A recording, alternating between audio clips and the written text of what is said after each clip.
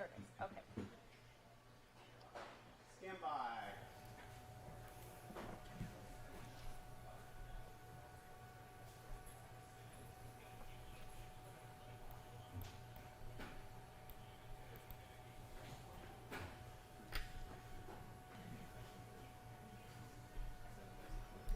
Happening now, Hurricane Hilary is on the move after strengthening into a Category 4 storm overnight. You're taking a look at drone video of beaches in Mexico near Cabo San Lucas, where the storm is expected to hit. As you can see, the tide is high, those clouds are thick, and the waves are starting to ramp up. Thank you so much for joining us for this 13 Plus FastCast. I'm Carson Courier. We have First Alert meteorologist Corey Kowitz here. And Corey, we're starting to kind of see just the remnants of that hurricane coming this way. We're definitely going to feel an impact here at home. Yeah, no, certainly. I mean, we're starting to see that moisture start to surge, more of like the indirect impacts of this storm. Yeah. A little bit of the moisture surging in, possibly inducing some storm threats once again yesterday. Like what we saw yesterday with some of the severe storms. I was actually out yesterday looking at the damage in and around Marana, near Marana High School, and it was pretty shocking. Here's a photo that I took of an overturned truck. People in the towing company doing their best to get this lifted off of its side there. Luckily, the passenger and the driver were okay, but this caused a lot of blockage on the road in and around that area. And you can see with the storm reports from yesterday, we had 3 of them there. The most northernmost one there, you can see on the screen, produced 65-mile-per-hour winds, causing that overturned truck. So guys, take these severe thunderstorm warnings seriously. 65-mile-per-hour winds can cause what you saw in that photo there of an overturned truck. And unfortunately, we could see similar storms like that today. We see already storms forming right now in and around the area. We have a cell to the southwest of Tucson and some activity also in Cochise County. Let's zoom in on Tucson here. You can see that cloud cover running from southeast to northwest, starting to move out of the area. That should help bring out that sunshine once again in the area, helping increase some instability and lift, which should locally help the building of storms as we head into the afternoon. Well, let's talk about some of the other storms going on. We have still a severe thunderstorm warning now extended through 2:45 out to the towns west here in and around central portions of Pima County, just to the east of Sales, moving due west. 60-mile-per-hour winds and quarter-size hail have been reported with this cell. So this is smack dab right in the middle of Sales and 3 Points, headed towards north, headed towards Pinal County. We'll be tracking that out for you at the 3 o'clock with Allie Potter. And then to our east, you can see some showers and storms. Nothing strong or severe quite yet, but it's headed off towards the northwest, headed towards I-10 in areas like Benson, Wilcox, and Bowie. So if you're in that area, please be on high alert with some of these storms. We zoom it back out, you can certainly see that we're starting to get a little bit more active, and it looks to get more active as you head throughout the day. We also have a severe component that we need to take note of. For example, yesterday we saw widespread storms and we saw very powerful storms. We did not have a marginal 1 out of 5 risk. We just had a baseline thunderstorm risk.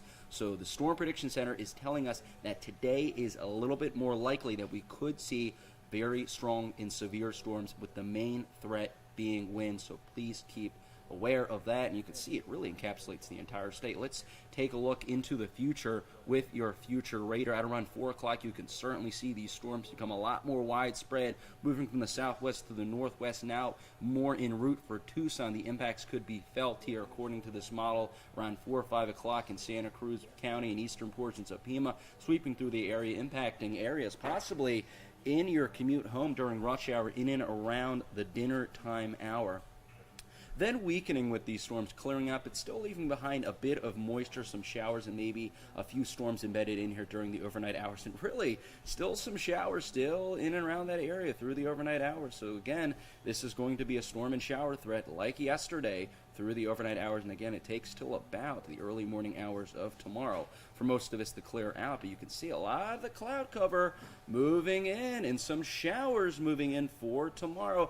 These are more of the direct impacts from Hurricane Hilary. You can see not really thunderstorm activity, but a wide swath of showers with some thunderstorms embedded in there. More of a tropical rain setup starting to come into the region by tomorrow during the late afternoon, evening hours, and you can see mainly impacting areas west. So really say Tucson and areas west, so central, western portions of Pima into Yuma County, into Maricopa, really dealing with some of the heavier rains from Hurricane Hilary as it pushes through. So we have to track that. And here's the latest update of that track. Now 130 mile per hour category 4 very powerful storm, looking to weaken to a 3 and then a category 2 by tomorrow, then a category 1 as it looks to scrape the Baja Peninsula and look to impact portions of Southern California as a high-end tropical storm. The first time, Carson, that Southern California. Sorry, I'm from the Carolinas. But Southern California has seen impacts from a tropical storm. You have to date back till 1939. Wow. So this track is really unprecedented, not only of where it's going, but how strong it's going to be at landfall. And let's take a look here at the rainfall, because that's going to be the main impact here from this system, Hurricane Hilary, as it looks to track to our west. You can see that areas in the eastern part of the state, a stark contrast from the west, as Yuma could be seeing 2 inches plus from this. But if you head towards the eastern part of the state, say Douglas, just only 1/15 of an inch, maybe nothing, in and around towards the New Mexico border. And Tucson looks to be right in the middle of that. So as the track maybe shifts a bit east or west, this could really change our rainfall outlook as we head towards the weekend. Well, thank you so much, Corey. And as crews are picking up the pieces from those storms last night, they are also trying to get ready for those storms that Corey just mentioned that we could be expecting in the next few days, even this evening. I want to show you a little bit of video from Marana last night. Some damage there from those gusty winds. Hail also playing a factor. Some of those storms so severe that school was canceled today. At Marana High School, students were told to shelter in place, and once they were finally able to go home, they were met with a huge mess. Some buses faced delays because of road closures. Some bus routes even impacted this morning from the damage. Our JD Wallace has a look at what leaders are doing now to recover. Work continues here at Marana High School. We've seen teachers and administrators, employees clearing debris away. As you can see right now, they continue to clear away this tree and they're going to haul it away. We've also seen work being done on power lines throughout the area. The power is out, so school's out, and so they're continuing to try to repair everything so that they can have school on Monday. They were just supposed to have today be the only day that Marana High School is closed, but whether or not that is the case, that could change. We're waiting for an update from Marana Unified School District on that, and we'll have that on 13 News live at 3. At Marana High School, JD Wallace, 13 News.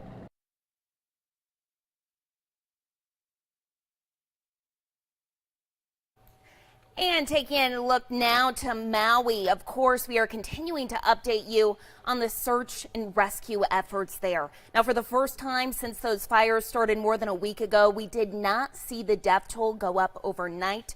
Still, search and rescue efforts continue today with about 1,000 people still missing. As of last night, 58% of the area has been searched. Nearly 2,000 people are still without power, and phone lines are still down for some. Now, a big question that remains as to what exactly started those wildfires. The state has filed a lawsuit against a main electric provider on the island. Allison Blair has data pointing out problems on the power grid. The data was collected by a network of smart sensors called Ting. Now, these sensors are distributed to homeowners by insurance companies. They're designed to detect electrical hazards that could spark a house fire. But the company's CEO says when you take a look at the data as a whole, it can pinpoint problems on the power grid in real time. Monday, August 7th at 10:47 p.m., surveillance video captured an explosion outside the Maui Bird Conservation Center upcountry off Olinda Road. Minutes later, flames were recorded burning in the tree line. Now, CEO of Whisker Labs, Bob Marshall, is coming forward with information he says was captured by a network of smart sensors installed in nearby homes. If you look at the Ting data, all the sensors in that area, 10 sensors, measured at that very instant a sharp drop in voltage that is the actual fault occurring on the electrical grid. A fault is defined as an abnormal electric current caused by some sort of equipment failure. Examples include a transformer exploding, a fallen power line, or when two lines touch. Any of those faults, just like what you see in the video from the bird sanctuary, are likely to cause an arc or a spark. That means there's molten shards of hot metal falling down to the ground. Between Monday, August 7th and Tuesday, August 8th, 3 major fires broke out on Maui. During that same time period, Marshall says 78 sensors spread out across the island detected a total of 122 faults on Maui's electrical grid. And that's not normal at all. I mean, there's typically not more than a few faults on any given day on Maui. And so this was definitely a result of the winds. In West Maui, he says there's evidence the power grid was under tremendous stress. Just looking at the sensors in Lahaina, there were 34 faults measured kind of between the 11 o'clock Monday night time frame and the 5 a.m. time period when they went offline. And those were increasing in frequency and severity. Around the same time, Ting data indicated that power outage. Freaking power line just went down. A Lahaina man captured this video outside his home after he says he was awoken by howling winds. I hear a pop coming from across the street. As soon as I hear the pop, all I heard is like electrical, like zzz, going on the ground there. See them right there, that's the power line that started. For the fire, from there, to me, it simulated a fuse, and it just followed a straight line all the way up to the pole where the thing was, and it landed in a bigger pile of dry grass, and that just ignited. Fire crews were initially able to stop the spread of the flames, but he says relentless winds stirred up embers, later reigniting the blaze. On Tuesday, the state told HNN investigates the official cause of the fires had not been determined and likely won't be for some time. We will, as in any incident of this nature, eventually be looking at causes and measures that will improve safety in the future. But again, this is one where all of the assets that would be involved in investigating reports like that are trying to restore service at the moment. Meanwhile, Marshall says when it comes to the Kula fire, the data is clear. We have direct video evidence that, that there was a large arc flash. It corresponds to a fault on the grid. As for the fire that claimed an untold number of lives in Lahaina town, he believes there are significant indications problems with the power grid played a role. Any of the other faults could spark a wildfire. So I think given everything we know, it's likely that's the case. We asked officials at Hawaiian Electric to respond to this new information. We're still waiting to hear back. The utility has said it's cooperating with the state's investigation of the fires and that it's also conducting its own. Allison Blair, Hawaii News Now. Here at home, a state program which pays Arizona parents who mainly care for their disabled kids could soon face more restrictions. The Caregiver Benefits for Parents program is in place to help fill the gap in the need for providers. While it's set to end in September, Access is proposing to keep the program permanent, but with some changes. Listen. While those hours would still be available and assigned to that child, these limitations would require an outside provider come in to fulfill those gaps. And the workforce availability is just not really there to backfill what parents are currently providing. Out of almost 17,000 children in home care, nearly 3,500 are cared for by their parents. Access is taking comments on the plan through Monday that's followed by a roundtable discussion at the federal level. Here in Tucson now, a new autism charter school opened their doors this morning. Our very own Sabria Reed was there at the ribbon cutting and has more details. It's a big day for Arizona Autism Charter Schools as this is their first location in Tucson. This school will be for middle and high school students, and the first day of school is September 1st.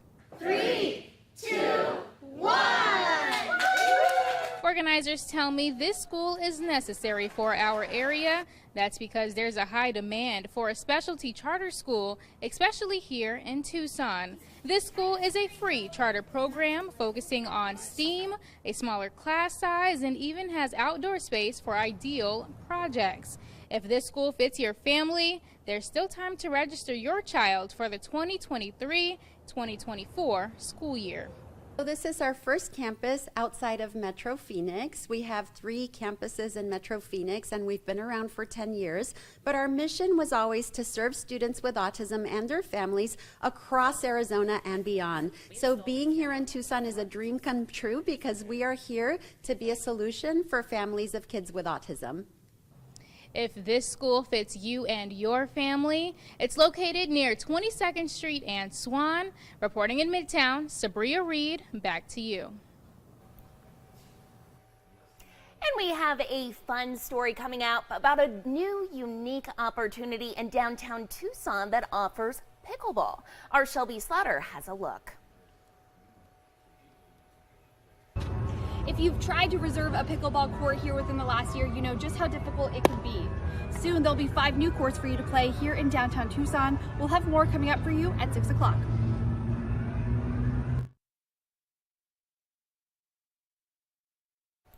And taking a look now to our website, this is just the sweetest story. Definitely pulls at the heartstrings. Take a look at this. A mother-son duo is helping the community while taking on crime together. Now, Corporal Jamie Hayes has been with the Vancouver Police Department for 12 years now, and she was joined soon by her son, Officer Desmond Hayes. He actually joined the force in December of 2021. He says he got interested in joining the police force after seeing his mom in action when he was a teen. How cool is that? Now, when their shifts collide, they get to work together. Both say they are happy to serve their community. Thank you both for your service. We're so grateful for our police officers keeping our communities safe. Taking a look now to the Tucson mountains, you can just see those clouds getting dark, those storms brewing.